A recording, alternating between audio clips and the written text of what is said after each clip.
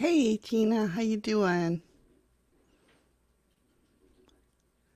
Good morning.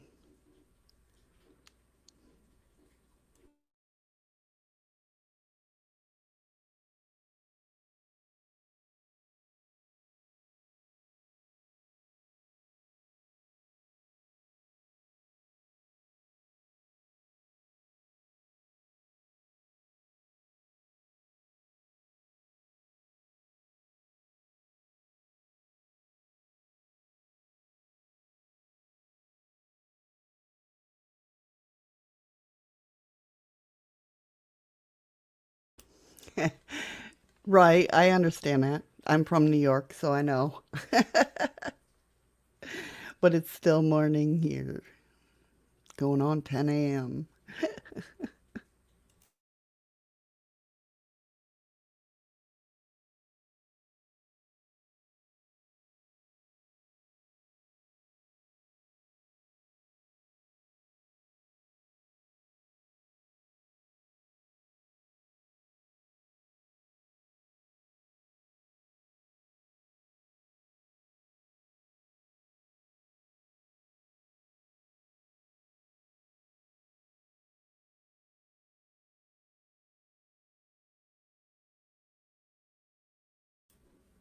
You in New York City? No, I'm from Western New York, between Rochester and Buffalo.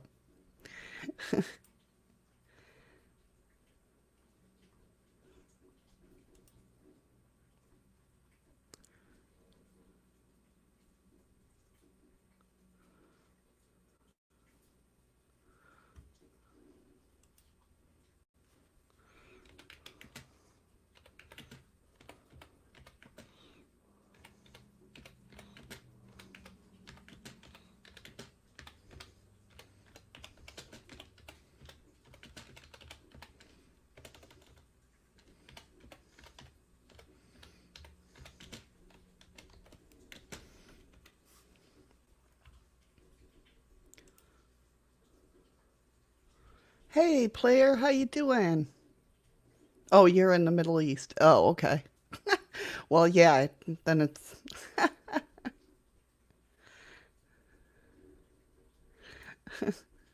how you doing?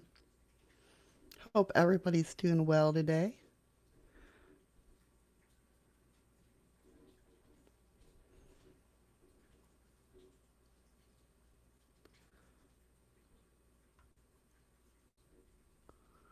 I'm doing good. I'm doing good. I'm all caffeined up and nicotined up and went to the bathroom, so I'm good.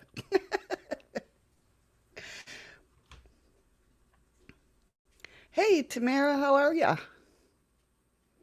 Good morning. Well, not good. I It's morning here, so I always say good morning.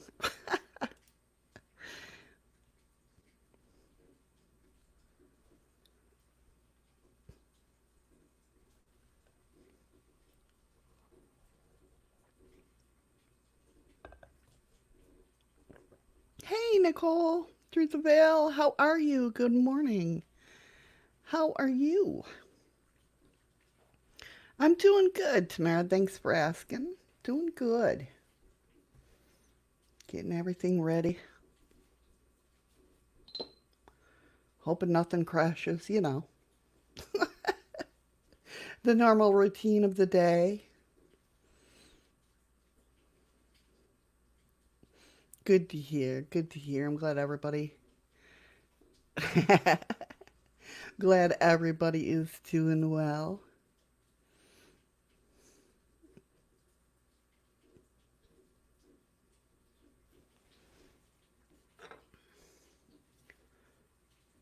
Are you guys ready for some freaky news Friday?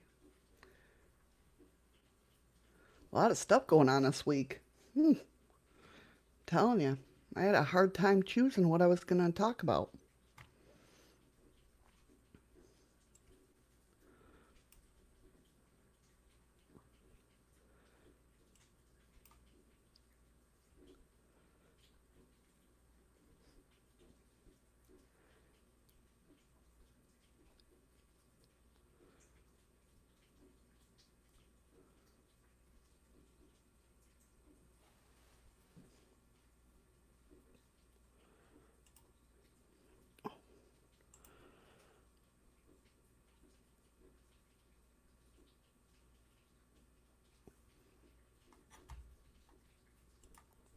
And then I woke up this morning thinking it was Saturday. I'm like, no, I got a show today. Wait a minute. It seems like it's Saturday out there, though. It's rainy here. How's the weather where you guys are?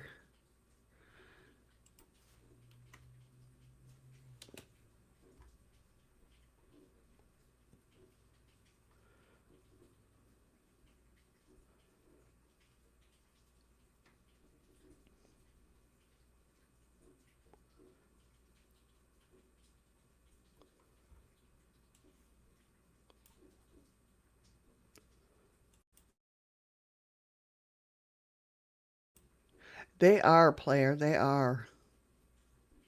Hey, Andy. Okay, no worries, Andy. It's better to know what you're doing because, if you were quiet, I'd be worried. Is it, player? It's hot. Like, it it kind of sucks because it's like, hey, Nicole, welcome. Um, it's hot in our like little apartment room, whatever you want to call it. But downstairs, you need a jacket. So it's like you go from sweating to chilly to, back up here to sweating. It's like, what the hell?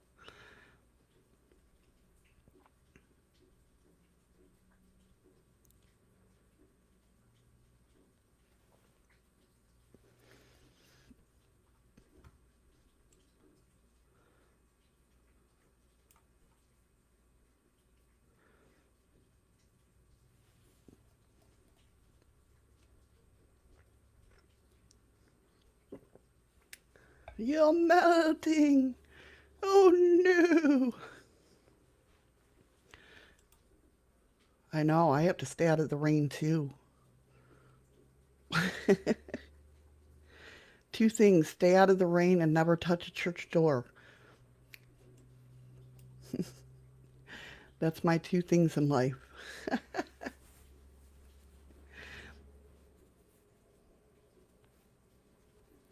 This is my favorite episode of Charmed, by the way. Have you ever seen Charmed where Piper gets scared to go into a church because she's afraid she's gonna go up in flames?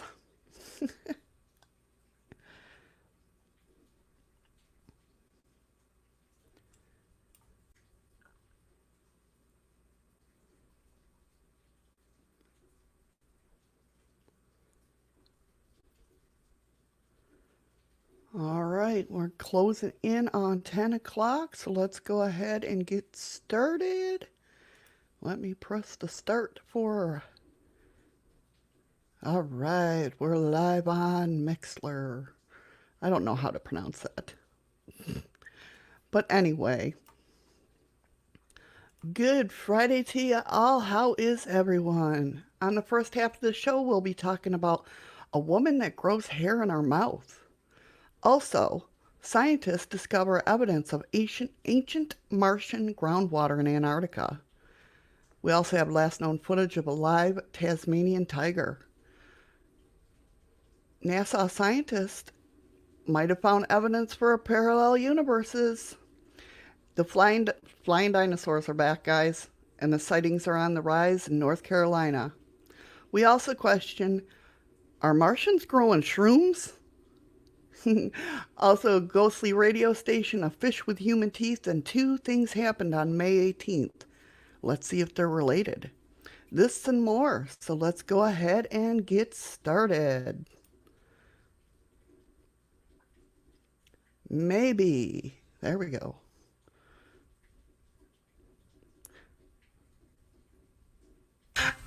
Good morning, everyone. It is time for the Shadows of the Moon show. As always, we are live on YouTube, DLive, Facebook, Twitch, and Mxlr under the same name of Shadows of the Moon. So if you haven't yet, come on over and join the fun. It is time for some Freaky News Friday, where we scour the internet, find the weird and odd news of the week, and I share them with you. Are you ready for your odd news of the week? Well, let's get weird and dive right in. And now, coming to you live from Alaska, here's a woman that has been around many moons and has seen many shadows. Here is your host, Shadows of the Moon.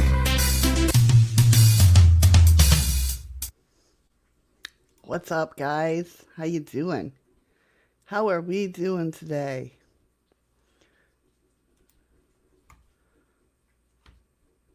Haha. Got some peeps in the house. And they being naughty over there. I remind you of the DJ on the movie The Fog. Oh, I haven't watched that movie in a while. I'll have to go back and watch it.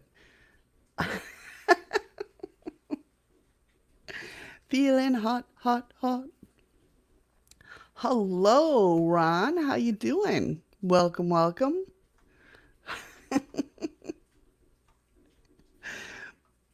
I know that's one of those things I'm gonna have to, you know, I'll be like coming to you live. One of these days I'll have to show you guys how foggy it gets here, and I swear to God, you think you're in Silent Hill. At least I do. I walk outside and I'm just like, ooh. The new one? Okay, I'll have to check. I don't know if I've seen the new one yet. I had to have. I had to have. It's me. We should know this. So, you guys ready for some freaky news? Dun dun dun. No lie, guys. Woman grows hair in her mouth in rare case of gingival hirsutism. So let's start out with the big words, right? This is what we do. One baffled doctor wrote up the discovery. There is no clear explanation for this anonymous presence. Yeah, there it is. I mean, it's not like, hairy tongue or anything, but, she was for. I couldn't imagine living with this, though. This has got to be, oh my God, I would drive myself nuts. Seriously. I would so drive myself nuts if I was thinking there was hair in my teeth. She was first diagnosed. No, we're going to start off the day great. More coffee, Missy. She was first diagnosed and treated at 19, but returned 6 years later, and the year after that with the same condition. It's been more than over a decade, but a rare case of a woman growing hair out of her mouth still fascinating experts. It began when a 19-year-old Italian woman met doctors in the University of Campania, Luigi Venvidili, desperate for answers. Her diagnosis was gingival hirsutism, something like that, in an extreme rare condition. Their findings, published in the Journal of Oral Surgery, Oral Medicine, Oral Pathology, and Oral Radiology, chronicled the woman's strange and reoccurrent symptoms. She first sought help for this condition in 2009 when eyelash-like hairs kept growing from the gums behind her upper front teeth. Doctors diagnosed her with polycystic ovary syndrome, PCOS, which results from sex hormone imbalance and can cause excessive hair growth. She was given birth control pills to regulate her hormone levels and underwent oral surgery to remove the gum hairs. Now, do you guys say goom or do you say gum? I usually say goom, but for all aspects, I always get corrected. So, side note. This seemed to have worked at first. There was no reoccurring growth for several years, but in 2015, the gum hairs returned. Gum as in gun? Okay. See, I always say goom. And spread to her chin and neck as well. And they're like eyelash hairs. Yeah, that's so wild. There have only been reported of 5 previous cases of this condition dating back to the 1960s. All other cases have been on men. Like chewing gum? Yeah. That's how my husband says it too. And I don't know, my mom always said gooms, so that's what I did. The woman, then 25, had stopped taking the birth control pills before the hair returned, so doctors simply used the same two-pronged approach as before.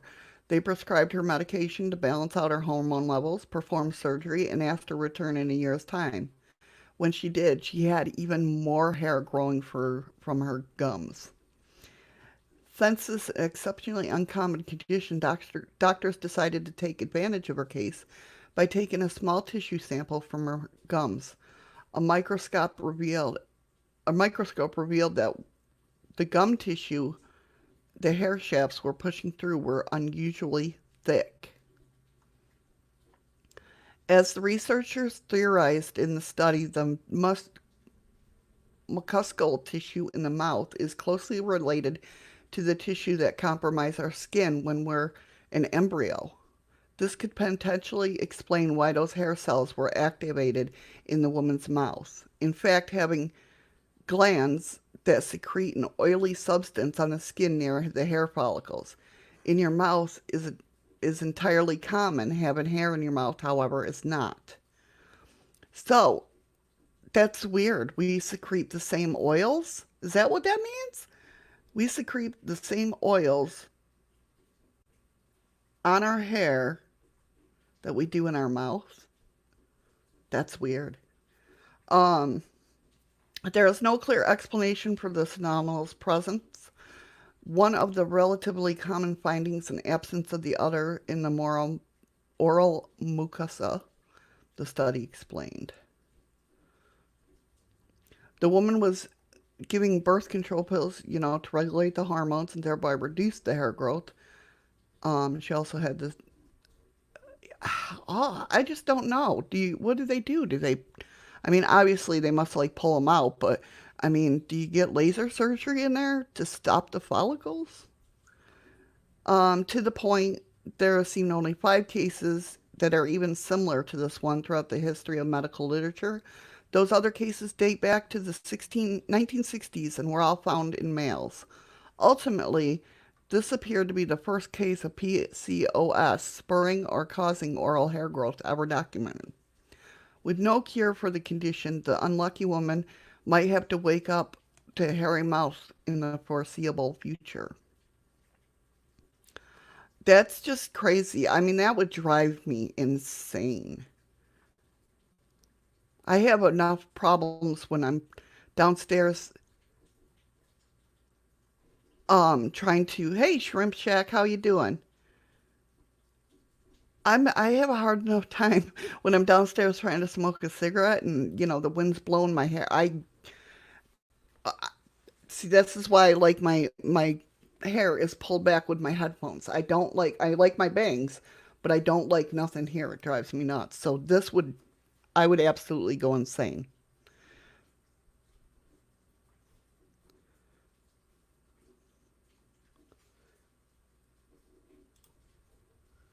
So that's crazy. Our next story comes from um these are all well this one's all that's interesting.com. The other one's all from interesting too. I forgot to share it. If you would like the link, let me know and I'll share it with you guys. Scientists discover evidence of ancient Martian groundwater in Antarctica, which is pretty wild.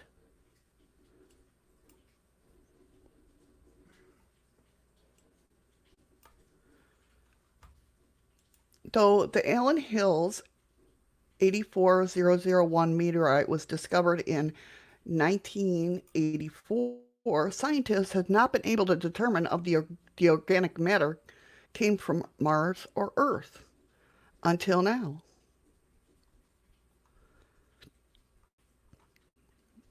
The meteorite is 4 billion years old and crash landed on Earth around 15 million years ago.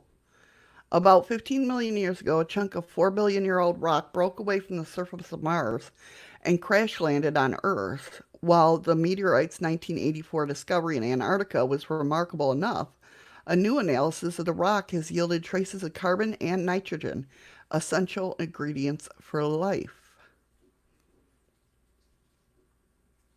Okay, well, here, let me do it now so I don't forget, because we all know how my memory is.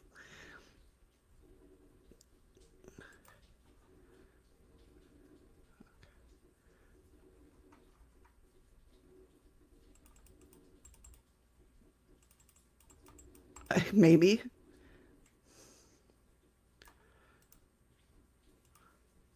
There we go. There you go, hon. According to Life Science, the meteorite was named Allen Hills 84001 in honor of its discovery site. It's been known to contain organic materials, with experts waging a decades long debate whether or not these originated on Mars or contaminated the meteorite on Earth.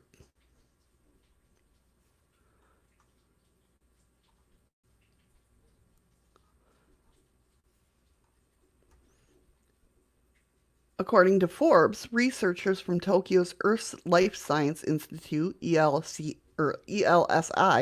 and the Institute of Space and Astronomical Nautical Science of Japan Aerospace Exploration Agency, JAXA, believe their findings published in the Nature journal can finally put this argument to rest.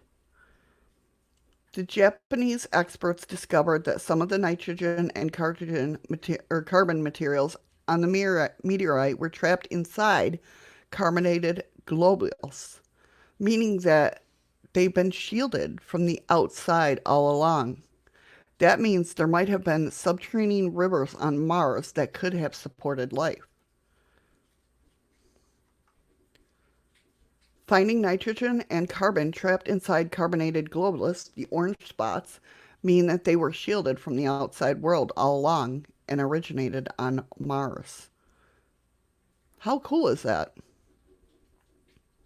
These carbonated molecules kept the organic materials intact over a long geological times, the study claimed. The paper explained that the host rock of the meteorite likely resided permanently underground, protecting from the harsh ultraviolet and cosmic ray radiation for billions of years, with carbonate materials usually precipitating with groundwater. The findings indicate both a wet and organic Mars. Most of the nitrogen scientists have discovered on Mars was either locked up in nitrogen gas or found with chemicals in the soil. The recent findings of the organic nitrogen compounds in the carbonate, however, suggest that if life was present on Mars, it had the same form of nitrogen as life on Earth. The two claims that the organic material came from Mars, not Earth, and they are relied on the same forms of nitrogen that earthly life does. It suggests that there is an organic-rich early Mars with an active groundwater environment. Most convincing is the fact that the levels of organic nitrogen experts found there were far higher than could be caused by contamination from Antarctica ice. This points towards the organic nitrogen material entering the rock while it was formed. Big chunk of blue glacier. I love that blue. We get it here. I love it. Anyway, the discovery certainly supports the theory that Mars once teemed with nitrogen-rich groundwater and could have supported life, but organic materials have found it. Thank you for the ice cream, Ron. Thank you so much. Hey, Freaky Geek, how you doing? They're saying 4 billion years ago, Andy. They think it landed, like 4 billion years ago. But organic materials have formed in numerous lifeless places in our solar system before. Experts studied the meteorite fragments in a Class 100 clean lab, which requires anyone involved to wear bodysuits from head to toe, while the airflow is thoroughly controlled to prevent contaminating particles floating around.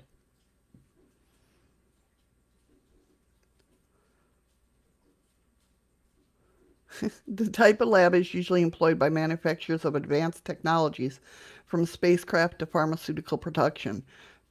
Previous research to these meteorites, however, took place at a more traditional lab environments, leading some critics to argue that they were contaminated at that point. The recent study saw scientists peel off tiny grains of carbonate before blasting them with a beam of ions to remove any contaminants on the surface. The layer beneath, according to scientists, represents what the chemicals inside the meteorite looks like before arriving to Earth. Right? Yeah, but for it to stick, so what are you saying? Okay, Andy said 4 billion years ago, the Antarctic was nowhere near it is now. In fact, in the time of the dinosaurs, it was only getting icy in the wintertime. 65 million years ago, right? I want to say that's what they said, right? I know it was discovered in 1984. Yeah, the meteorite is 4 billion years old. I just wanted to make sure that.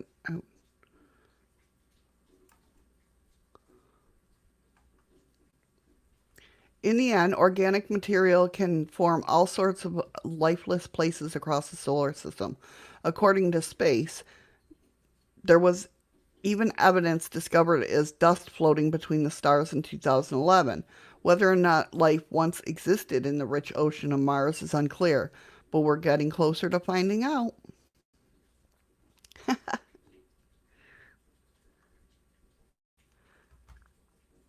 Right, Freaky Geek, without actually being there, how do scientists know these things for sure? That's true.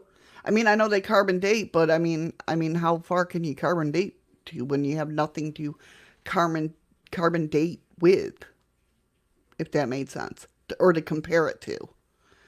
Andy says the scientists claim the good stuff has been frozen all this time. Don't make sense to me. As at one time, less than 4 billion years ago, it was a tropical environment.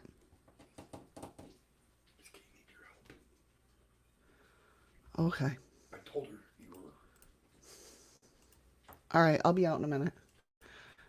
Guys, I got to take a brief break for a second. Here's the.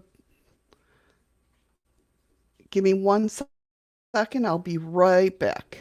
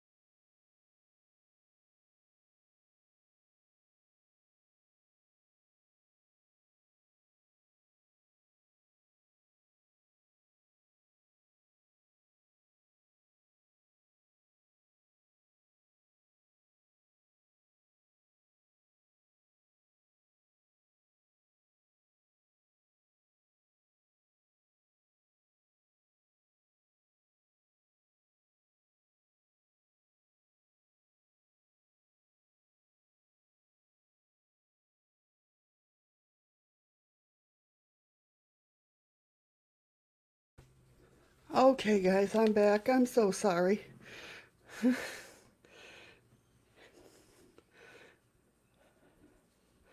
That was crazy. Hold on, let me catch my breath.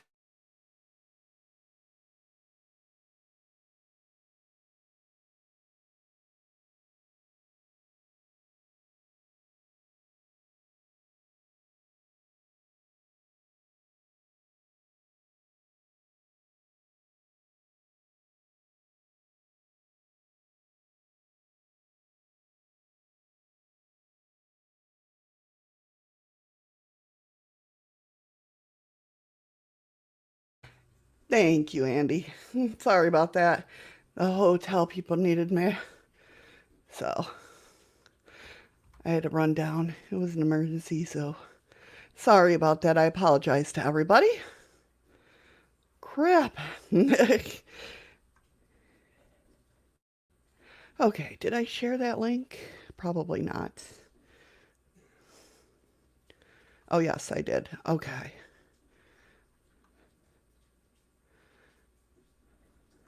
Thank you, Freaky Geek. Ron teaches back. Nope, no unboxing. No, I wouldn't have left for that. I would have showed all you guys, you know. Oh, I can probably take this on. I'll be right back. I'm back. But I would have, you know, unboxed in front of you. Oh, I missed you guys too. Nope, the boss needed me, so. Eddie was mad. He's like, I told her you were live. All right, let's go ahead and get back. So, the next story comes from, maybe. Yeah, it was, and it was a strange call too. It was very weird, so I understand why she called me. Comes from Unexplained Mysteries. Never seen. Now, I'm telling you, I will say, it says never before seen Iceland footage discovered, but I swear to God that I've seen this footage before. If that makes sense. So that's the Tasmanian devil.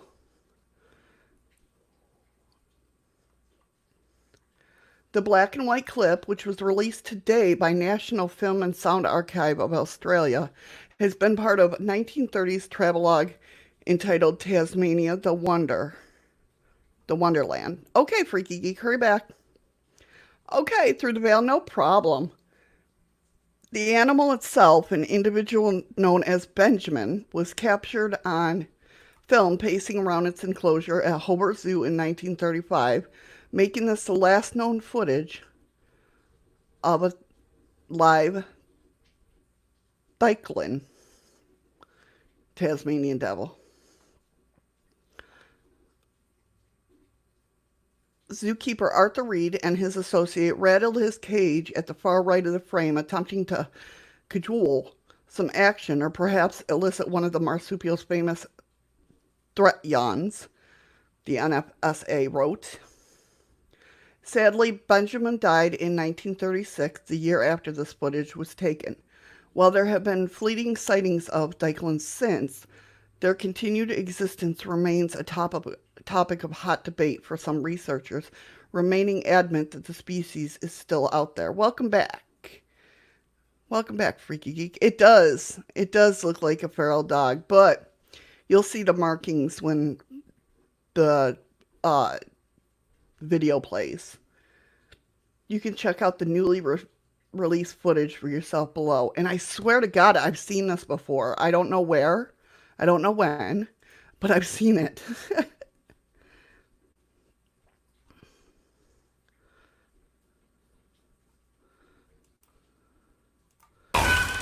Rediscovered vision of the world's last known thylacine. The Tasmanian tiger is now very rare, being forced out of its natural habitat by the march of civilization. Filmed in Hobart in 1935, the freshly digitised footage comes from a short film promoting Tasmania as a travel destination. Recently unearthed by thylacine enthusiasts, like I said, I've seen that footage before. I don't know where. I don't know, like, when. But I know I've seen it before. Have you guys seen that before?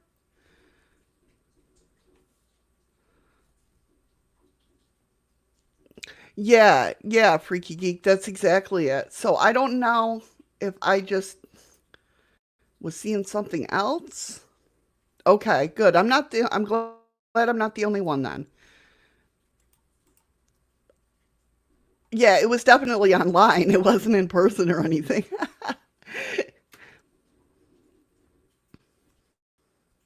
Yeah, and one I believe captured one on that new show.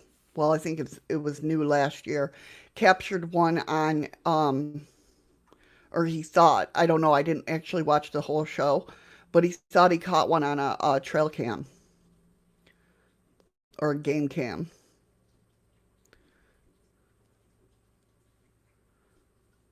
Right, yeah, exactly, Freaky Geek. So when I see something that state's never seen before, I have to wonder how true it is. Exactly. Hey, Jason, welcome. Yeah, I think they are too. I think they are too. I think they're out there. And but like I said, I believe I saw a program. It was one of the newer cryptoid ones, or it wasn't involved in cryptoids, but it was involving like ones that have gone, you know, yeah, they oh, I'm trying to think of the name of it. I can't remember it, but it was definitely a good show. But they thought they caught a Tasmanian devil on the trail cam. That's right, Freaky Geek. After all, Bigfoots are out there and hard to find. He's bigger. Yeah, exactly. Exactly. So the next story we have is NASA scientists might have found evidence for parallel universes. I mean, we all know they exist, right? From science fiction to science fact, there is a concept that suggests that we could be in other universes beside our own, where all of the choices you made in this life played out in alternative realities. That's exactly what I believe. I actually believe that. The concept is known, of course, as parallel universes and the facet of astronomical theory of the multiverse. Plus, we have the multiverse in Marvel and DC. So, you know, it's hard to say it's not. So a cosmic ray detection experiment conducted by several NASA scientists found particles that might be from outside our own universe.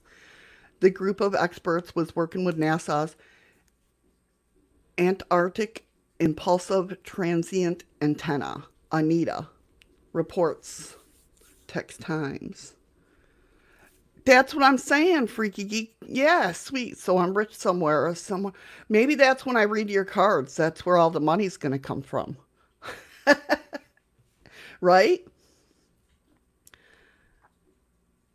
So yeah, these high energy neutrinos that are a million times more powerful than anything we've created on Earth, and they're of great interest to astrophysicists as they are only ones that can reach Earth intuitive.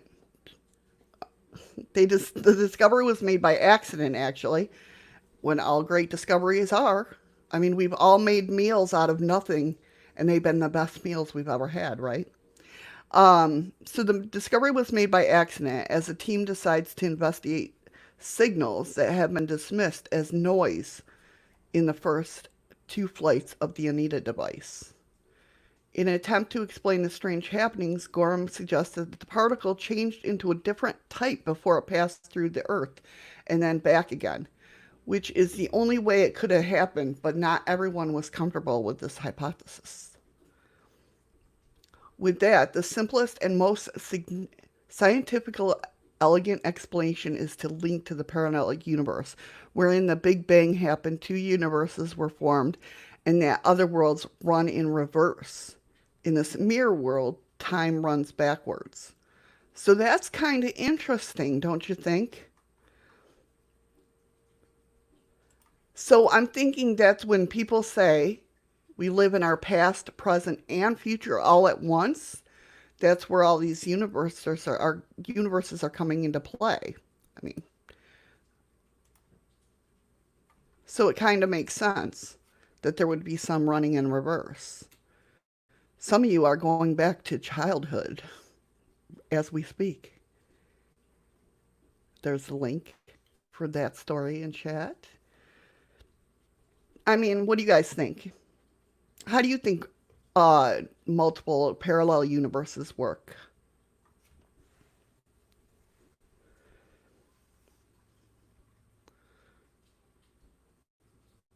I thought Naranjas passed through solid matter. Well, apparently they don't. Something happened to where these neutrinos,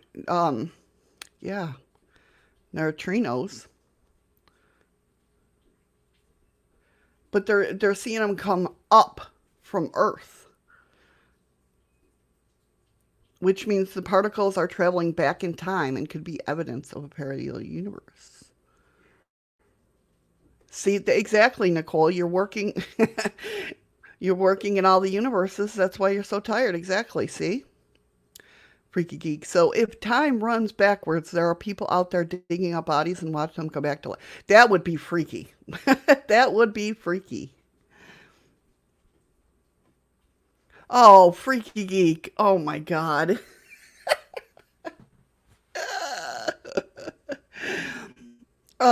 And the parallel universe slightly out of phase from each other, so we can't perceive them. Yeah, that's one thing that me and Eddie talk about all the time when we talk about parallel universes and stuff. It's just freaky geek. You know, we talk about that slice of time, and that comes into like the way I look at paranormal too. I mean, sometimes I think we're hunting ourselves. You know what I mean? Or, the slices of time in parallel universes, right? And that's Eddie's motion. That's how he, depicts it. That's why like the spirit box works. It cuts that through that timeline.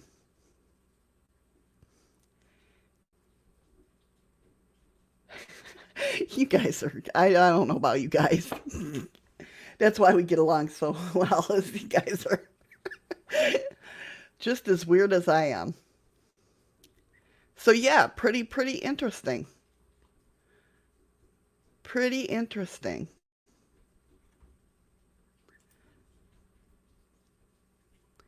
The next story, maybe, when they're back. Flying dinosaur sightings are back. This comes from Charlotte Stories. That's hard for me to say because I see Charlotte and I hear Charlotte because we had a Charlotte Beach in New York. So that was very difficult for me to say. Yeah, in Charlotte, North Carolina, flying dinosaur sightings are on the rise. Definitely. North Carolina has been, but they've been on a rise for a while. I've heard a lot of stories about people sighting these all around. North Carolina has been home to legends of Bigfoot, the Lake Norman monster, and the lizardman. But recently there's been a growing belief of modern, basically pterodactyls, living in North Carolina.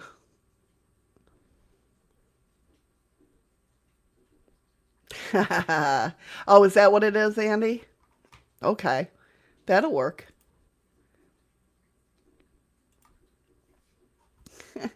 Cryptozoologist Jonathan Wakeholm, author of books of the modern, I can't say that word, so I'm going to say I'm lying when I say it's or did I say Tyrannosaurus Rex? Did I say that? Or no, I said pterodactyl, right? Searching for Ropins and finding God and beat that kid in chess. Sent out a press release about the creatures. I am not doing well today. Thank God it's Friday, right? Gosh. Including no pterodactyl sighting in North Carolina. He commented, my associates and I believe that there are non-existent pterodactyls, what many persons would call pterodactyls or flying dinosaurs. Pterosaurs. Yeah, I know that. Yeah. I wasn't even going to try to, sound it out. My mouth is like, no. Cynthia Lee, who has been studying to become a veterinary technician, reported to Whitecone that a parent pterosaurus that she saw on Thursday, January 4th in Raleigh, she was sure that the flying creature had no feathers, but it did have a long tail with a diamond-shaped bulb at the end of the tail. It also had a head crest. I know, I'm telling you, I really do. Her recent sightings in Raleigh weren't the first occasion someone in Cynthia's family had seen an apparent pterosaurus. She told Whitecomb about a sighting many years later.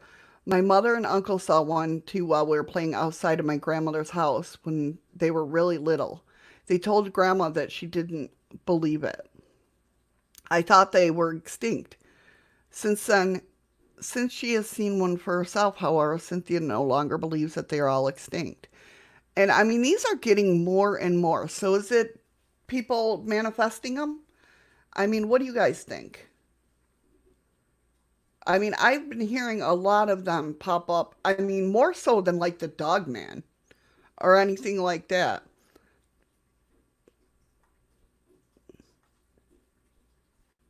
In Charlotte, North Carolina, a man and his cousin saw something bring to his mind the word dragon. The man said it looked like what I had seen in a Jurassic Park movie. In Asheville, North Carolina, a lady saw a huge black-winged creature very low over her car, had no feathers, but sharp edges to its features. That's true, Andy. Well, if they're ghosts of people, why not dinos? More of them died, than they have been people that have died. That's true. That's true. But how come what do you think? I mean, people see apparitions, yes, but it's not like, I mean, they're thinking these things are real. So it's not like they're seeing an apparition of a dinosaur. Yeah, pterodactyl through the veil. They're not seeing the apparition. They're thinking this thing's like solid. In Jacksonville, North Carolina, an eyewitness saw something huge flying in the sky. It looked like a pale greenish white and smooth skin. It didn't appear to have any feathers, and it had a tail with a diamond shape at the end. One of those pterosaurs, yes. North Carolina is considered by many cryptozoologists to be one of America's 7 pterosaurs hotspot states. So 9 plus reports in the purple parts, 6 to 8 in Hawaii. Look, they show, see, God, maybe we haven't seen any, but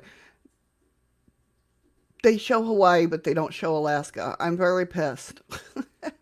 The blue spots have seen 4 to 5. The green, 2 to 3 sightings. And the yellow, 1 sighting. Just an old bat out again. Mother-in-law, if you think your wings are big, you should see your teeth and claws. You're so bad. So this was updated, though, on January 4th, 2018. 2018. I'm telling you, see? Through the veil? You should go look. I mean, that's a lot. I think more than one's a lot. But yeah, I mean, I can understand it being a ghost, but to these people, it was, well, of course, I mean, there's many ghosts that people thought were real humans, so it's possible. Anything's possible, right?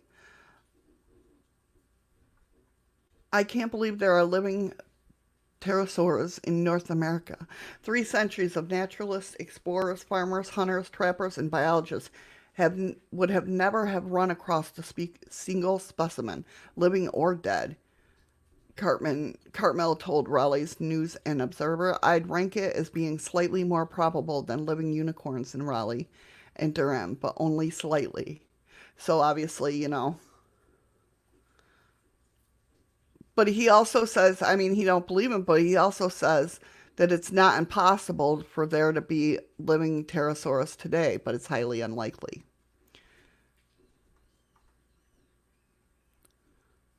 Does Mother Lorosaurus poop too when in the air, Andy? Yeah, Andy. Thought, could these pterosaurs be the origins of the Thunderbird? Definitely could be. Definitely could be. Let me go ahead and put that link in chat for you guys. If anybody wants to check it out themselves.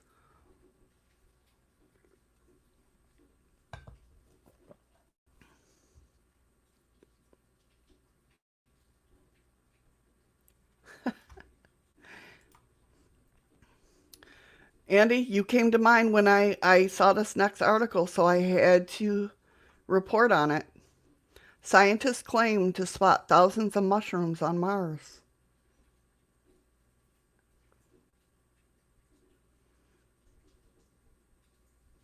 Oh, are you kidding, Nicole?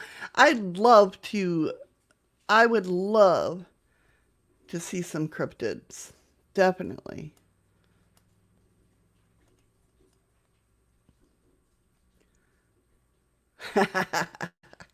A study report published to the Journal of Astrobiology and Space Science have claimed to have discovered alien life on Mars.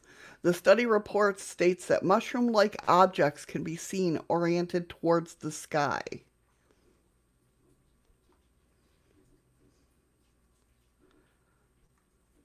Maybe, Freaky Geek. It could be the trees they thought they saw there. There is no abiogenetic process that can be explained, the mushroom morphology, size, color, and orientation and growth of, and there are no terrestrial geological formations which resemble these mushroom lichen-shaped specimens, read the study's abstract, which is published in ResearchGate. I've heard many stories from people here in the Shawnee Forest, not seen any myself. Oh, really, Nicole? Yeah.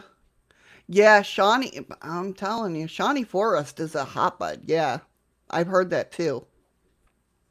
Although the authors have not proven these are living organisms, the evidence supports the hypothesis that mushrooms, algae, lichens, fungi, and related organisms have colonized the red planet and may engage in photosynthetic activity and oxygen production on Mars. True that, Andy. Fungal spores can withstand space travel in the raw environment of space, so no reason they shouldn't survive there. That is true. I haven't studied it myself, but I mean, yeah. Researchers believe that the alleged living beings are showing typical behaviors of mushrooms that grow on Earth. Jim Green, the chief scientist at NASA, believes that alien life forms will be discovered by 2021. They do say that mushrooms are like us, or we're like mushrooms. Maybe that's where we come from. That's true. That's a good question, Judavale. That is a good question. Why don't they have roaches on Mars? Green is one of the key personalities behind NASA's mission that will start drilling on the Martian surface in 2020. NASA's Mars 2020 rover will collect samples from Mars and testing will be completed by 2021, Green predicts. Yeah, we are fairly closely related to fungi, exactly. Green predicts that the testing of the samples will provide vital clues behind the existence of extraterrestrial life on the red planet. The discovery of life could be revolutionary, and it will open a whole new line of thinking, Green claims. The findings are not conclusive proof of alien life, but can be considered as a stepping stone for future research. Yep, exactly. Fungi ruled the land of the earth long before plants. Massive ones have been found fossilized.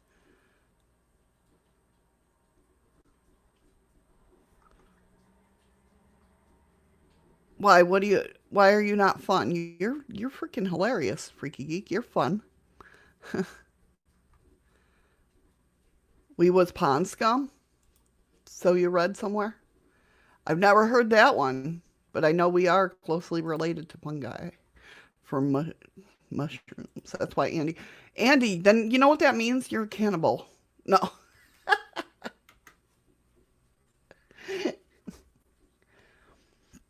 I had to share this one with you guys. It's just fish with human teeth, but I thought it was freaky looking. Fish with a row of human teeth caught in Russia. What the hell is that?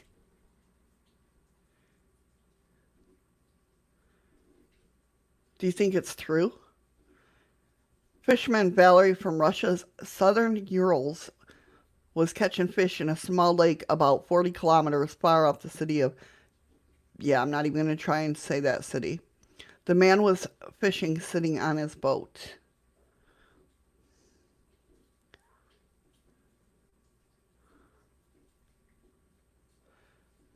Freaky, wait a minute. There's video out there of Freaky tasing himself? What? And why am I not aware of this?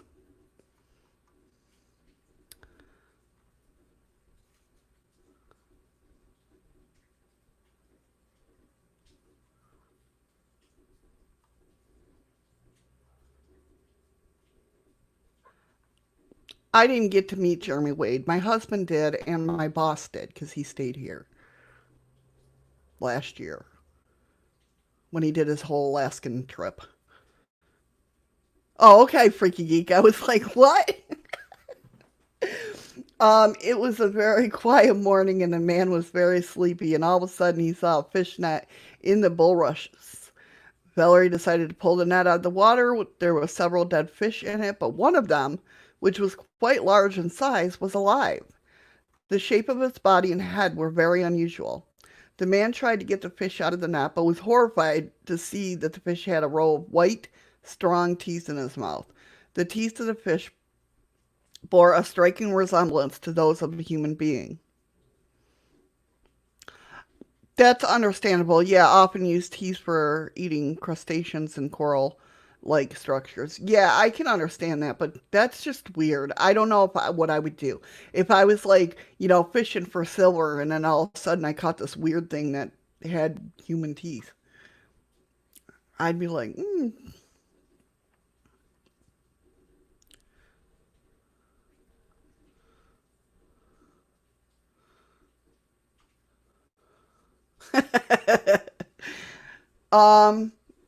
well, it was in Russia. So, I mean, I don't know. I'm not sure exactly where. Um, Russia ichthyologists, ichthyologists believe that the caught fish does not represent a mutation. Such a mutation would take hundreds of years. However, they have no other explanation for this strange phenomena. In here, in case you guys haven't seen it close up, hey Blue, how you doing? There's the teeth.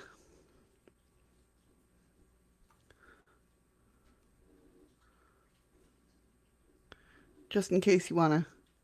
Are those nose holes?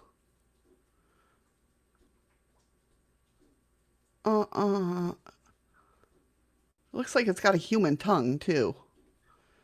I don't know.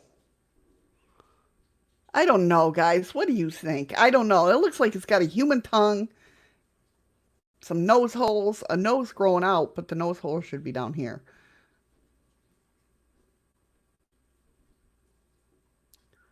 I don't know about you guys. Here is the link to that story. That's crazy, though. I don't know. I don't know what I would do. Yeah, I know they do. Yeah, exactly, Ron. Ron's got that sticker over there.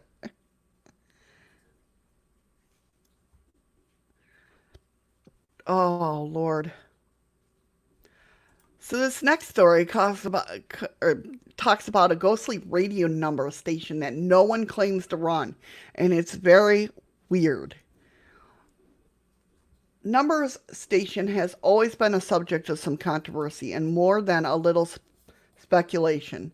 In addition to being eerie reminders of the chaotic mystery that is our world, they offer up an enigma that cannot be reasonably solved by most people.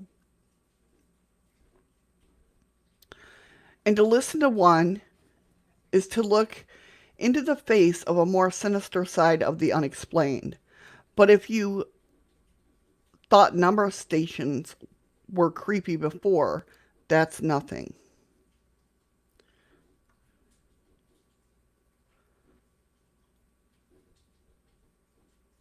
That's true, Andy. That's true. He's like, think, humans don't have rows of teeth, although my oldest daughter did. She had a lot more in her mouth than normal, which I did too when I was younger. I had these four stuck out and looked like they were in front, but they weren't. It was just how they were. But humans don't have rows of teeth. It's an illusion. The teeth are fairly fine in thickness and are like sharks. They replace old ones with new ones. That's so true, though. So governments of the world all over have the ability to stop any given radio station from broadcasting through a method known as jamming. We all know what jamming is, right? And yet, whenever they try to jam this mysterious numbers stations, their attempt almost always inexplicably fails. This has led some to draw some disturbing conclusions about these most bizarre set of broadcasts. And we'll go ahead. We'll play it after I read. Hey, look, Cassie. If you ever turn on the radio in the middle of the night and suddenly your AM band turner runs across a strange series of numbers, you might not want to listen a bit more carefully. You might want a bit... Yeah, I can't talk today at all. Like, worse than normal. You might want to listen a bit more carefully. You may be looking into one of the world's most perplexing mysteries right in the eye. These stations are often accompanied by eerie phantom music that sends out a mysterious encoded message that can only be understood by those who have a key. And that key has never truly been cracked. A traditional pirate radio station is fairly easy to discover and then shut down. Hundreds of pirate radio stations have sprung up all over the world and were substantially shut down by communications bureaus worldwide. But when the same methods were used to shut down these mysterious number stations, the results were always unexplainable as the stations themselves. They simply can't be jammed. In 2008, Easy Eye 1 was jammed on frequency 9130 kilohertz, but as the jamming procedures continued, the signal simply drifted over to 6,840 kilohertz and resumed operation as normal. A number of other stations, when attempts were made to jam them, operated in similar fashion.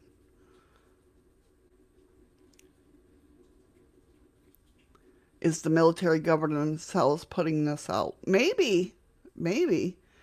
Jamming hardware is difficult, expensive, and rare.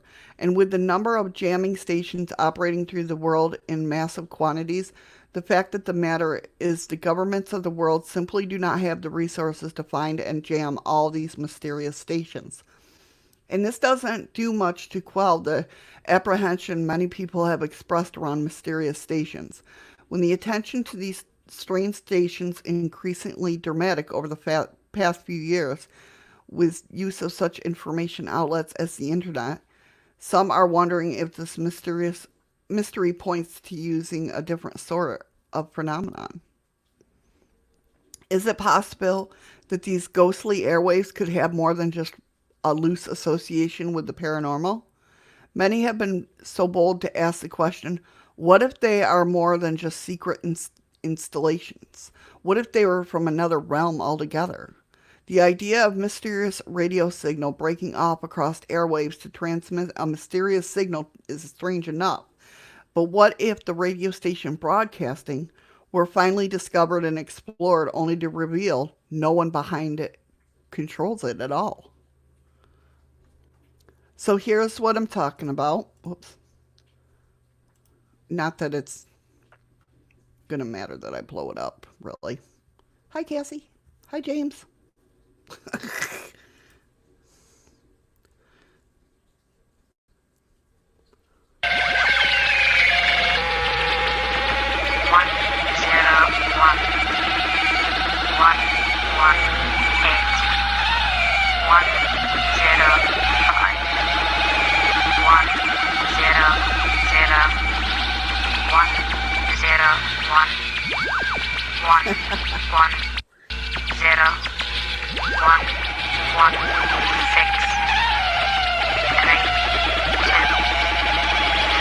7. That's basically what they all do. 0, 3,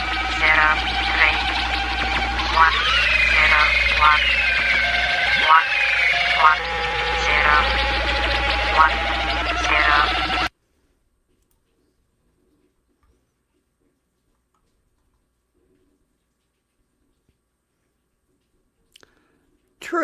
True. Anyone can triangulate the location of broadcasting antenna real quickly with relatively cheap gear. You just need 3+ people out there with the gear to translation. Right. Yeah, it does sound like binary. Freaky geek.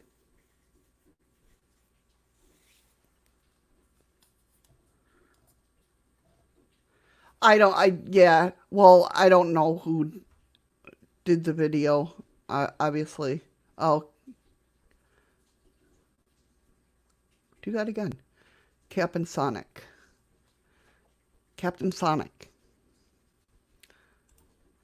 If you want to read more about that, I'll put that in chat. But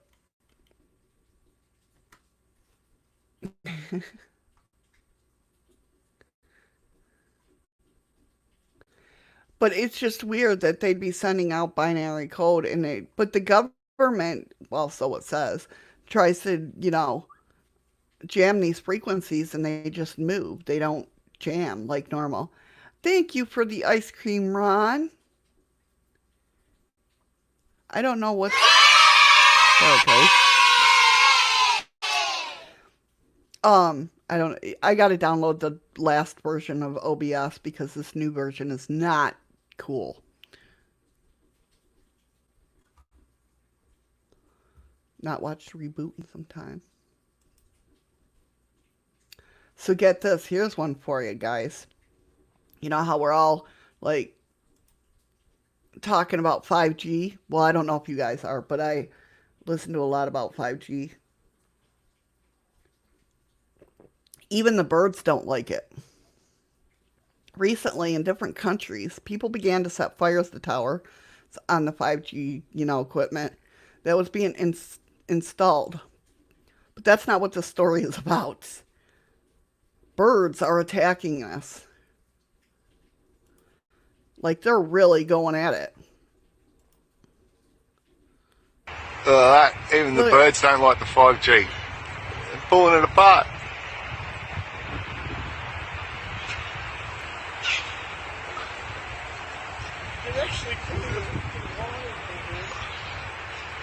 That one over there. Jesus. I don't like it, mate. Or what do you think? Do you think they're trying to make nests and they're just looking? I tell you, they're not dumb, the birds. They know what's happening. Good on them, mate. Yeah. I don't God, know, they're Ron. going for it, I don't aren't know they? what's going on with it. It does Like, scare fuck me the in 5G. Isn't that wild? Even birds are like, screw this.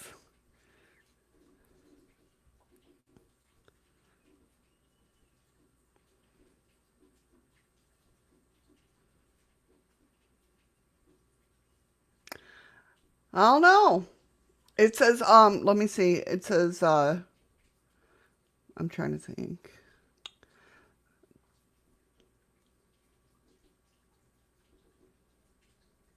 They were pigeons. It becomes clear why pigeons began to act 5G. Well, of course, this guy's a conspiracy theorist, but it becomes clear why pigeons begin to attack 5G towers. They are quite smart birds and feel the harm that these towers can do and are struggling to get rid of the danger, wrote conspiracy theorist Patrick Nielsen. But not everyone agrees with these conclusions. According to network experts, 5G towers are similar to 4G towers and do not cause any harm.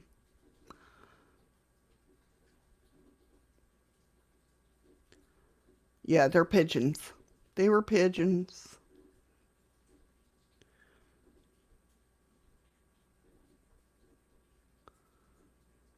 Yeah, I don't see them. Yeah. I don't know. You guys can check it out for yourself.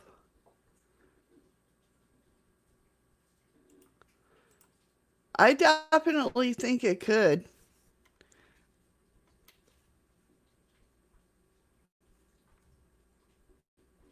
They're out there. They're out there, Freaky Geek 4G towers. So two things happened on May 18th, 2020. Okay. The first thing being May 18th, 2020 on Rio de Janeiro, Brazil, of course, one of the most impressive evidence of the existence of UFOs was obtained. On this day, a bright spherical object was filmed in a mobile phone's camera hovering relatively low to the ground. A local resident, Beatrice Venturini, heard the cries of her children and was running to find out what happened. She saw a luminous ball hovering above the city buildings. When the UFO soared for a while above ground and then simply disappeared, forcing eyewitnesses to open their mouths in surprise. Many ufologists paid attention to the date of this incident, May 18, 2020. On the day, the ISIS camera recorded something resembling a large group of UFOs moving from Earth into outer space. Of course, they didn't show this. I tried searching for the video of the UFO. I couldn't find.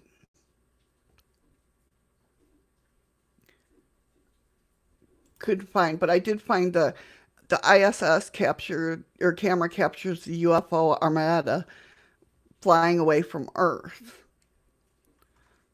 Ufologists and other researchers recently drew attention to dozens of mysterious objects passing by the International Space Station during a live broadcast. The incident caused heated discussion on the internet, of course.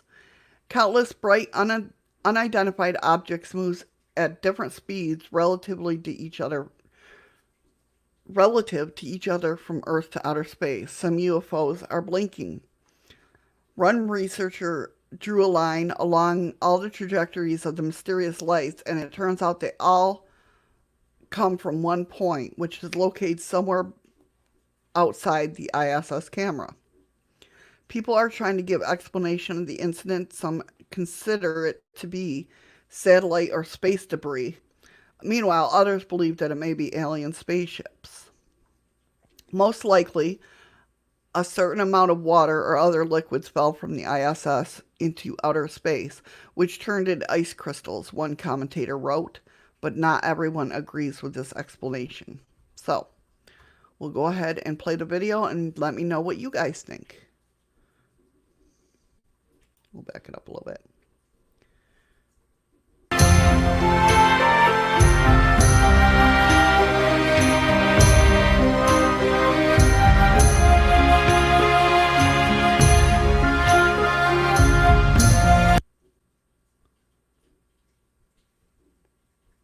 Look at all of them. What do you guys think? Do you think it's ice or water? Water drops?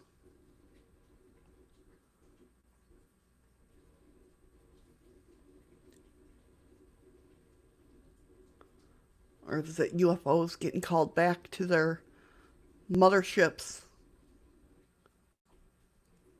They're all leaving us.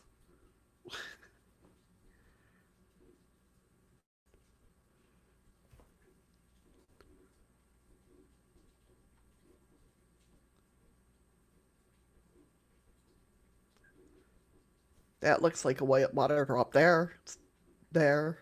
There. It's raining there. Maybe. That could be. Let's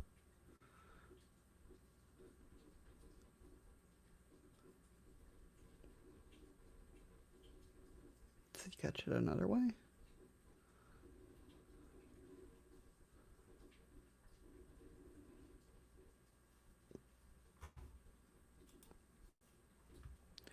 What do you guys think?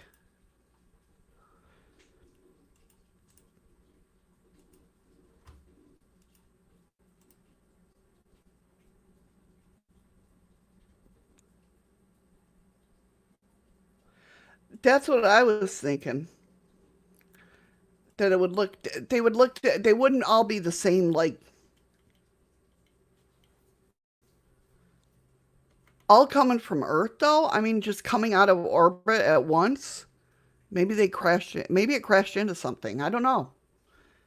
I don't know.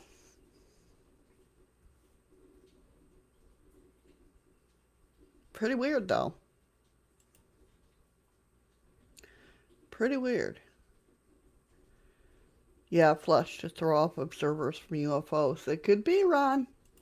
It could be. So, guys, there's a new theory out, apparently. New theory is dolphins used to look like humans and lived in Atlantis. Oh, yeah, we're no doubt about that, Andy. We're constantly get all sorts of space debris falling on Earth. Definitely. I totally agree on that. Totally agree with that. But you don't see how? Well, let me read this and maybe it'll change your mind, freaky geek. It is thought that the ancestors of dolphins lived on land in a time long ago past. Once the ancestors of dolphins started living in water, they found out that the medium of the water was harder to see through. An object 10 to 15 meters away is the farthest a dolphin's eyes can see, even if the water is crystal clear, not to mention darky or murky waters. And when my computer decides to scroll, okay, there we go. So the ancestors of the dolphins decided to possess an ability that would enable them to see with their ears by listening to echoes. Makes sense, right? Sound waves travel through water at a speed of 1.5 seconds, which is almost 5 times faster than the sound traveling through air. Dolphins produce clicking sounds, localization pulses, to make the sound waves bounce off objects in the water and return to the dolphin in the form of an echo. High-frequency sounds do not travel far in water. Low-frequency sounds travel farther because of their long wavelength and greater energy. Echolocation is used by dolphins by determining distance to a very small target, 5 to 10 centimeters, within close range of 5 to 10 millimeters.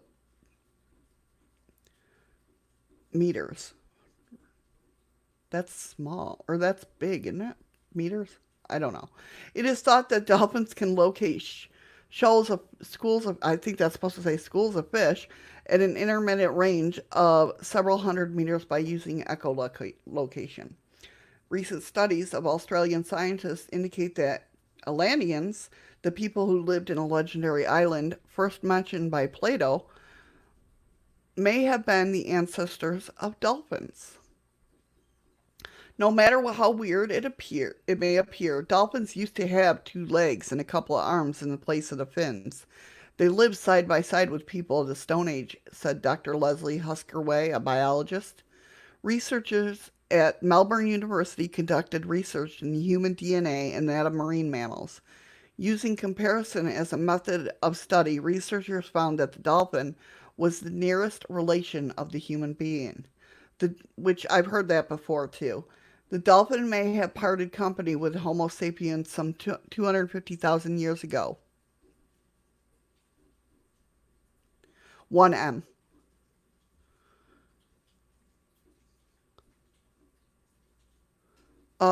Scientists have long known the creature had lived on land in the distant past. The highly developed intellectual powers may have always intrigued researchers. A dolphin's brain is much larger than that of a human being, and dolphins use a very complex language while communicating, said Dr. Huskaway. Dolphins have inexplicable attachment to humans. There are dozens documented accounts about dolphins saving humans who suffered shipwrecks. At a time when they lived on land, their intellectual development was probably even higher than that of people from whom modern humans descended. The discovery helps us see the Golden Age myth in a new light.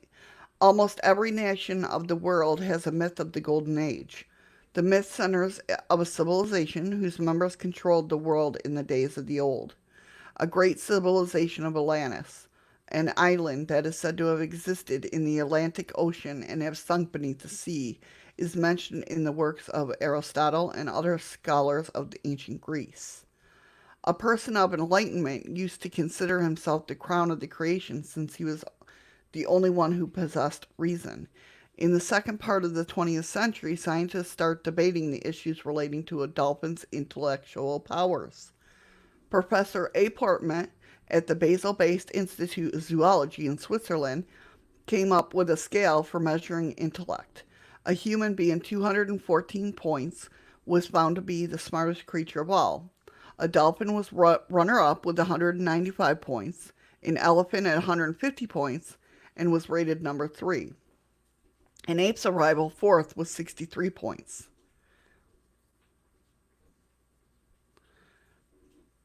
The following fill the slots at the bottom of the scale. Zebra 42% points, giraffe 38 points, fox 28 points, and a hippopotamus scored only 18 points and therefore were classified as the stupidest creatures under the sun.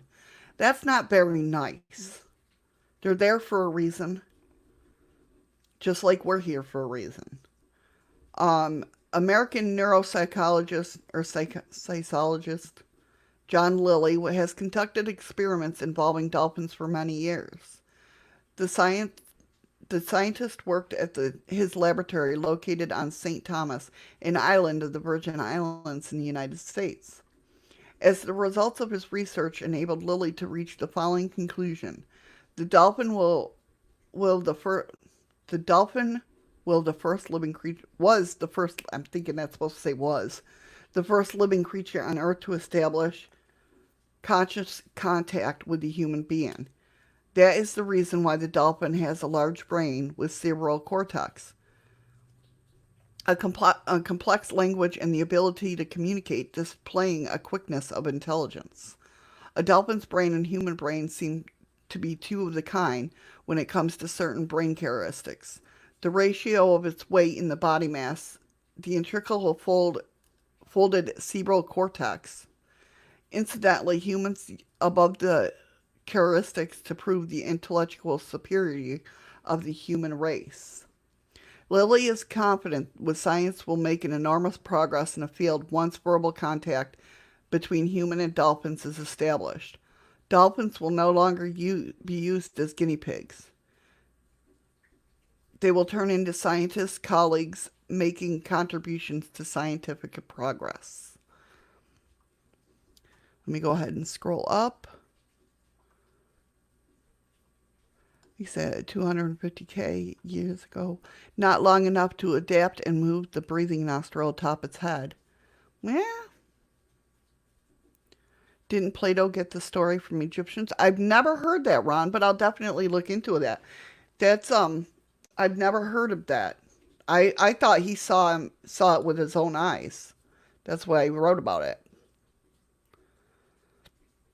Andy said, genetically speaking, we are more closely related to a banana than an ape. Yeah. So I can't help but wonder how to think the link between dolphins and us is. Sure, we're both mammals, but that's about it. Andy Ron got Plato's from his ancestors. So, okay. He got it from Egyptians who said, oh, wow, okay. Oh, it scrolled up on me. Puts it right at the very end of the Ice Age and a 40-foot sea level rise. I actually think, I saw this, where was it? The eye of something. You can't get into it. It's like in Saudi Arabia or somewhere. I say Saudi Arabia because, I always think of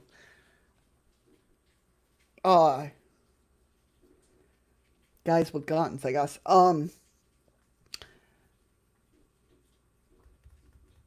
What the heck was it called? The eye of something. Where Atlantis was. The Eye of Horus? I don't know. I watched... It's one of my... See, this is my problem. Because I watch this stuff and then I don't write it down.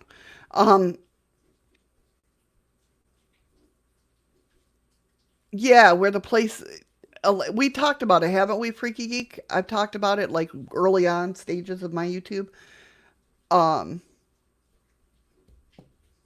It's over in, I want to say, like, Saudi Arabia, around that area.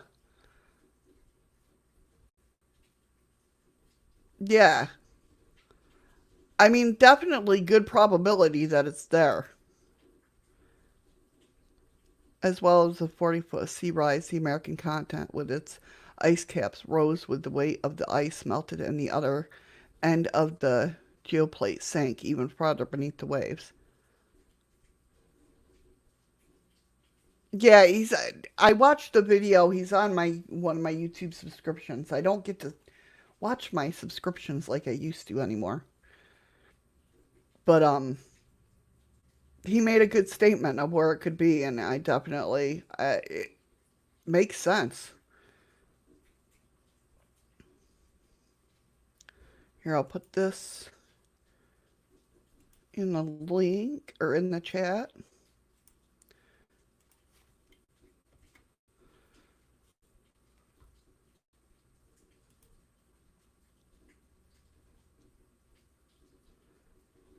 All right.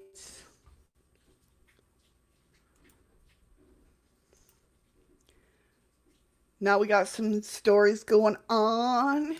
One about doppelgangers. Doppelganger phenomenon, foremost mysterious cases. Because I love doppelgangers.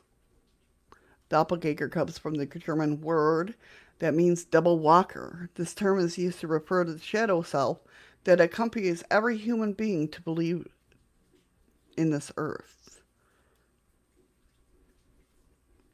This phenomenon is different from the appearance of ghosts, as a ghost sighting means one sees image of people who've died. The doppelganger phenomenon is to see the shadow of someone who's still alive. In many cases, I don't like that. I don't like how they said that. It's not the shadow. I don't know. Maybe it's just me. I don't know. That terminology don't sit well with me. In many cases, the doppelganger is believed to be the sign of death. It is said that Queen Elizabeth met with a shadow of... Queen Elizabeth the first, met with the shadow of his own before he died. Okay. Percy Bysshe Shelley, the famed English romantic poet, had seen his doppelganger several times during his lifetime. One occasion during a trip to Italy after his children died, the poet left bereft, victim of heavy depression, ill and tired. He encountered his doppelganger on the terrace of his house as he was strolling. That would freak me out. Yes, the Eye of Sahara. Thank you. The Eye of Sahara. Yes, that's it.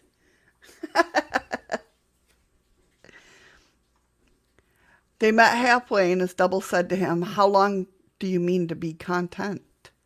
Or how long do you mean to be content? The story, retold by Mary Shelley after the poet's death, was given more credibility when she recounts a friend, Jane Williams, who had been staying with the Shelleys, also came across his doppelganger. But Shelley had often seen these figures when ill. But the strangest thing is that Miss Williams saw him. Now Jane, though a woman of sensibility, has not much imagination and is not the slightest degree nervous, neither in dreams or otherwise. She was standing one day, the day before I was taken ill, at the window that looked on the terrace with Trelawney. It was the day. She thought Shelley passed by the window, as he often was then, without a coat or a jacket. He passed again.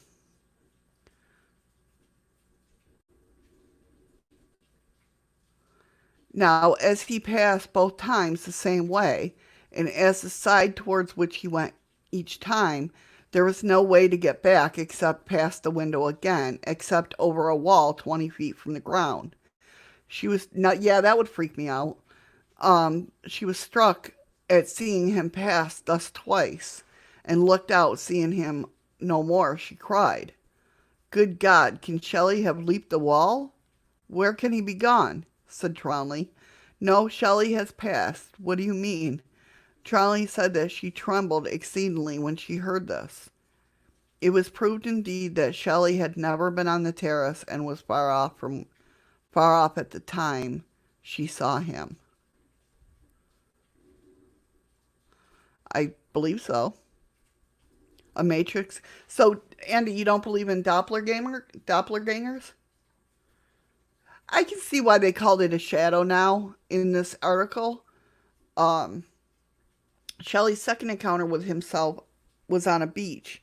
The doppelganger pointed to the sea. He drowned in a sailing accident not long after that. Well, now that would be creepy. Not gonna lie. So yeah, I can definitely see why they called it a shadow this time in this article. Okay, I get that now. That could be a matrix glitch. Definitely. That would freak me out. I'm not gonna lie. It's unnatural stuff like that. You know, you guys know me.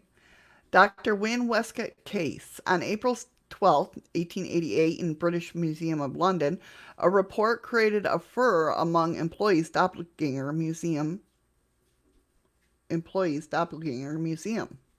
Dr. Wynne Westcott and the Reverend W.T. Lemon scheduled to meet in the reading room of the museum. Reverend Lemon arrived a few minutes early and saw Dr. Westcott was involved with talks with a colleague who called Mrs. Salmon. Not long after Mrs. Salmon was with a polite greeting to Dr. Westcott and leave the conversation. He walked past the preacher Lemon and also gave greetings. Then Mrs. Salmon turned to Dr. Prescott to tell that, "Thank you, Blue, for the lemon. Thank you so much. I appreciate it."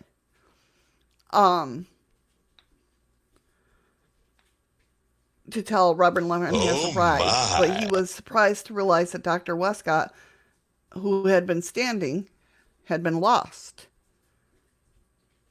Reverend and Miss Lemons Reverend and Miss Salmon then asked the reception, "Thank you for the lemon again, Blue. Thank you." Entered the room, but no one saw him leave the room. Startled and afraid, they checked the house. Dr. Westcott, and unexpectedly, they found Dr. Westcott was lying in bed, sick, and did not leave his room since the morning. So maybe they're thinking as like an astral projection. I don't, uh, I don't, I don't know. It could be, Nicole. I don't think a doppelganger is something that is able to mimic people. I don't think it's necessarily a bad thing. I really don't. I think it's um,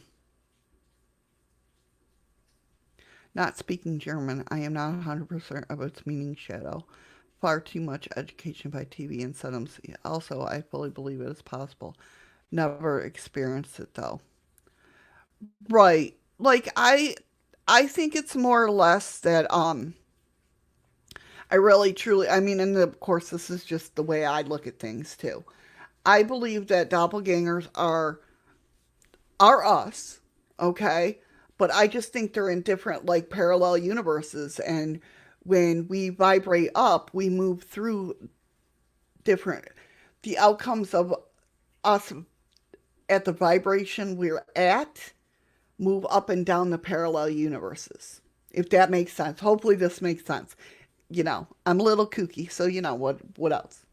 Um so when we move up, I think it happens faster than like maybe the Matrix can catch up. So that's like sometimes two of us are in the same universe because it happens so fast, and until it does any of that make sense? Until it straightens it out.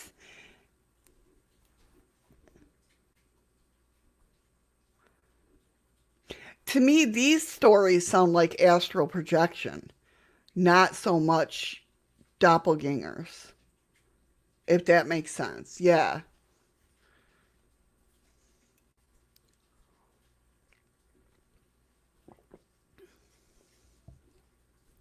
Yeah, twins are doppelgangers in a way.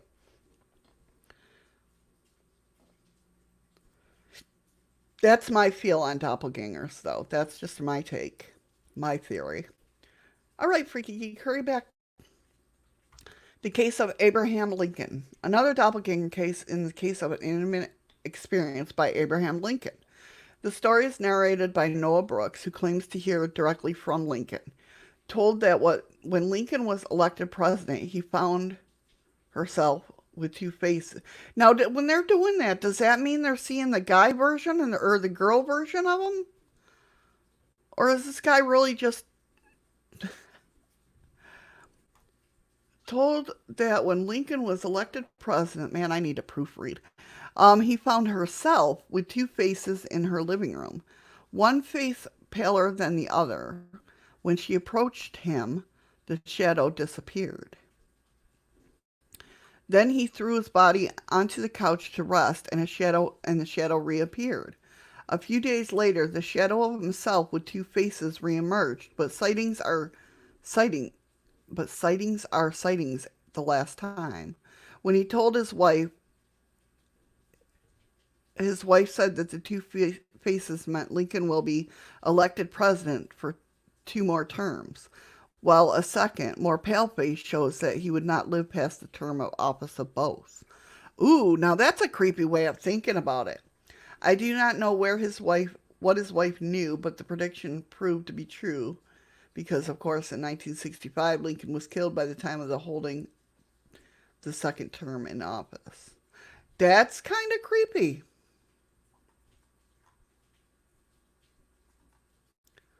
That is, yeah. So, doppelganger phenomenon has many explanations, vary in different parts of the world. In Denmark, there's a story that mentions a troll, a mythical creature, kidnapped a pregnant woman and then replaced it with doppelgangery to cover up his crimes. That's kind of like fairies, in a way. In the Jewish tradition, every person believed to have a face similar angel seems that sometimes arise and manifest itself. In the tradition and trust of other countries, doppelganger is simply interpreted as an evil spirit that takes the form of a human. So, I mean, definitely, cultures around the world are different. So, I mean, we all could be right. In our own worlds, we are right, right?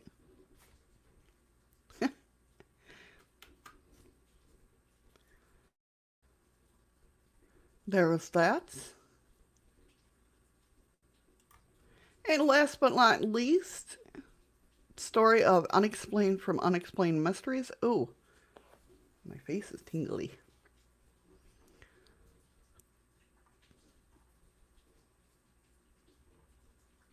I've never, this person is writing is by Roosterx, location Waco, Texas.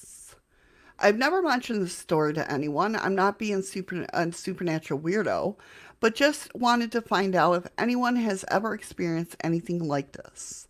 When I was around 10 years old in 1972, I was laying in my bed in total darkness, middle of the house with no ability for headlights or any other such outside lights to affect. A ball spear of white light, about the size of a softball, simply zapped and appeared over the foot of my bed into the middle of my room. It was not a reflection of any sort. It was an orb of white light hovering in the middle of the room. I was terrified. I sat hovering for a few seconds, it sat hovering for a few seconds, then darted over to the wall at the end of my bed and splatted. It went straight up the wall into a vertical-like line, then came back down and went completely horizontal, then retracted again. Zapped back into the middle of the room and became a spear ball again of the same size. Then simply flew up near the ceiling and vanished. I was almost paralyzed with fear as a kid, and I went running into my mom's room to tell her about it. Of course, she didn't believe me and said I was just having a bad dream. But I begged her to come into my room and lay with me. She did. Guess what? It came back while she was in the bed with me, and she almost had a nervous breakdown. It did it the same thing as she also watched it. She's gone now, but as long as she was alive, and she and I talked about that fearful time, wondering what that was. It was not natural. Have you guys had any experience like that? Now, that's the first time I've heard of, like, the ball, like, splatting and like, acting like it splatted on the wall. That's the first time I've heard of it actually, like, being solid, I guess. Yeah, definitely not natural. You're exactly right, Andy. Definitely not natural. But that's the first time I've heard of a ball of light being solid. I guess it would be, right?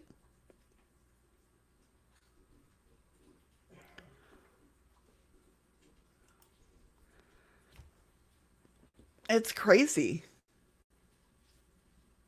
I can't imagine what that would be. I mean, and it not doing any damage to itself. That in itself is odd. That in itself is very odd.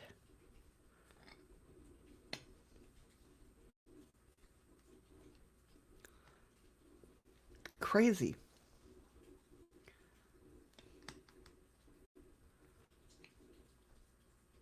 Really?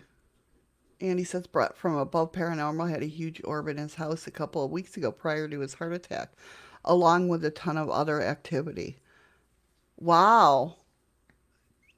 Do you think it could all... I mean, we don't know. I mean, well, that's a lot of stress.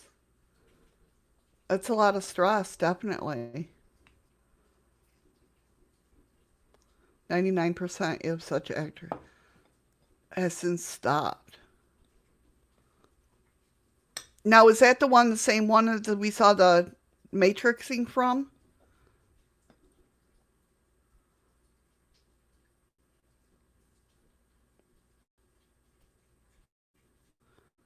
99% of such activity has since stopped. That's why, maybe it was warning him. They were worried. The one where Nicole got out of, Nicole got out of the pictures. Not matrixing, but the face in the curtain.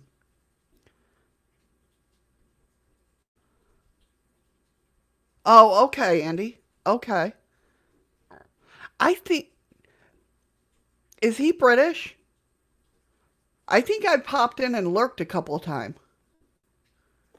Okay. That was another channel? Okay.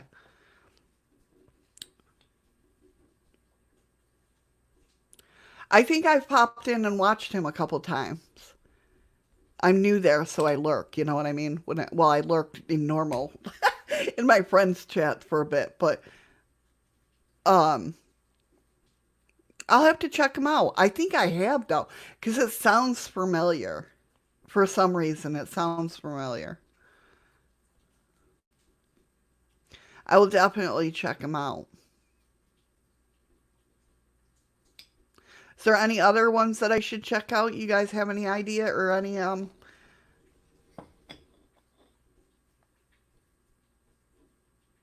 any peeps that you guys love that you would love for me to check out? I'm always looking for, peeps to watch, especially when it comes to the paranormal or cryptozoology or UFO. You know me.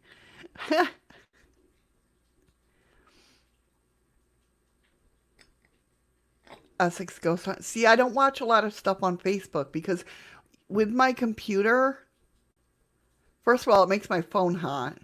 And with my computer, if I leave Facebook on too long, it'll freeze up worse than it does normally.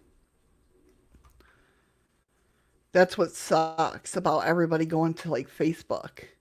Because I'm like, I can't watch you. I mean, I can. But I won't be able to watch the whole thing, if that makes sense. But I do like to support other peeps as well. So I mean, I might pop in. I'll check them out. But I'll pop in, give them a like when I see them go live or something.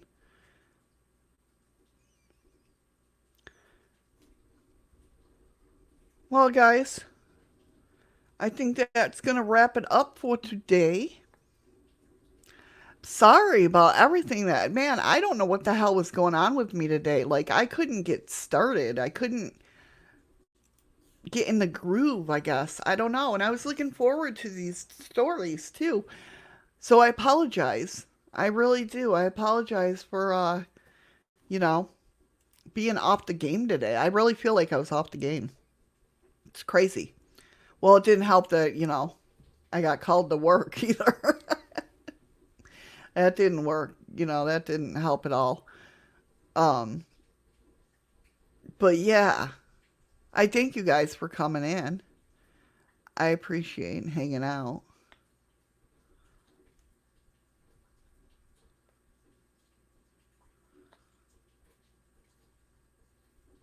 I know. Well, I do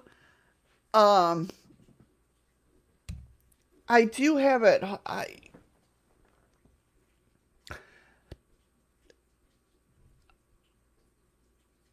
You're not a quack, freaky geek. Aw,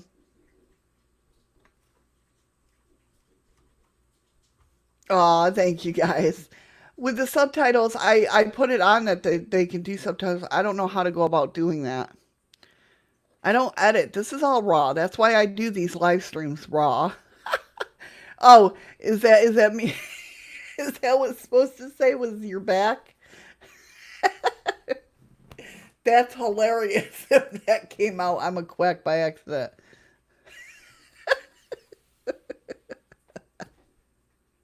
I'm sorry.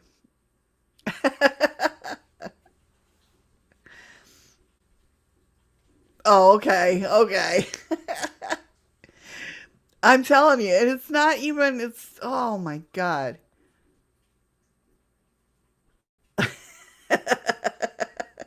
That's hilarious.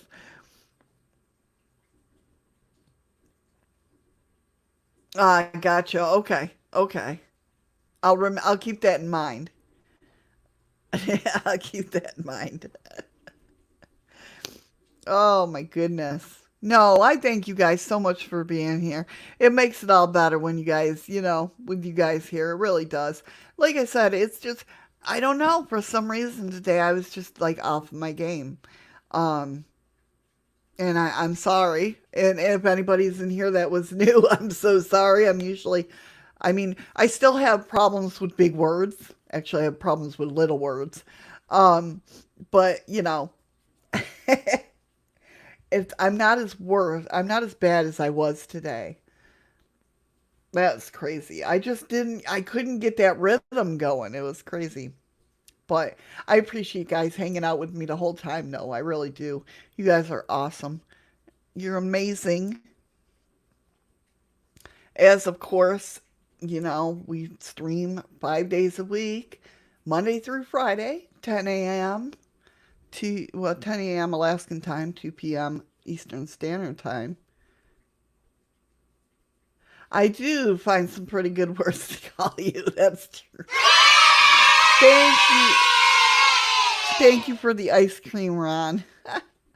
You kind of got me there. It didn't show up on my OBS. I gotta uninstall OBS and do it all over again. Of course, now that I got everything right, you know, this new version really sucks. Like, I'm not seeing hardly any of the notifications. I don't know if they're coming up for you guys either, honestly. There was my dancing banana. But yeah, I thank you guys for hanging out. Of course, Monday through Friday. Let me go ahead and run the credits. You saw the ice cream? See, I didn't even see the ice cream. Now I'm blinking. It's awesome. And the credits are stuck. Wow. So again, as always, if you have a paranormal, cryptid, or UFO story, send them to my email or anywhere on social media. You are very welcome, Freaky Geek. Thank you for being here. I appreciate it. Remember, if you don't catch the live show or you're catching the ending of the live show, it will be up later on if YouTube decides to. 12 hours it took for YouTube to process my last video on Wednesday. Once YouTube processed the video, I will download it and upload it to the podcasts. So anywhere you listen to your favorite podcasts, I am there under the same name, Shadows of the Moon. Thank you again, everyone, for being here. I appreciate it. Now you got me thinking. Don't leave on that note, Freaky Geek. I want to know what the hell happened. I mean, I could speculate what happened with this whole getting tased. Yeah. You can't leave on that note. What the hell? That is so wrong. But anyway, you guys have a great weekend. I might do a couple lives streaming of music on DLive. Not sure yet, of course, as always. I say that and then, But take care, everybody. Have a great weekend. I love you guys. Thank you so much for being here. And I will see you Monday for Paranormal Talk. Take care, guys.